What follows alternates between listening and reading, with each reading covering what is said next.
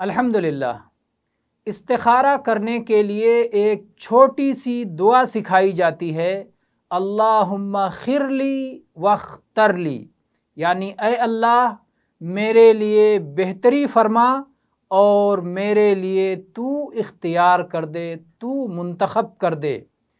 اس دعا کو نبی کریم صلی اللہ علیہ وسلم کی طرف منسوب کرنا درست نہیں ہے، کیونکہ اس کی روایت ضعیف ہے۔ اس کو امام مروزی نے روایت کیا ہے اور ضعیف قرار دیا ہے۔ اسی طرح سے امام ترمذی نے سنن ابی بکر میں، اور امام ابن السنی نے عمل الیوم واللیلہ میں، اور امام ابو یعلا نے اور ابن عدی نے بھی روایت کیا ہے، لیکن اس روایت میں زنفل نامی ایک راوی ضعیف ہے۔ اسی بنا پر حافظ ابن حجر رحمہ اللہ نے فتح الباری میں اسے ضعیف قرار دیا ہے۔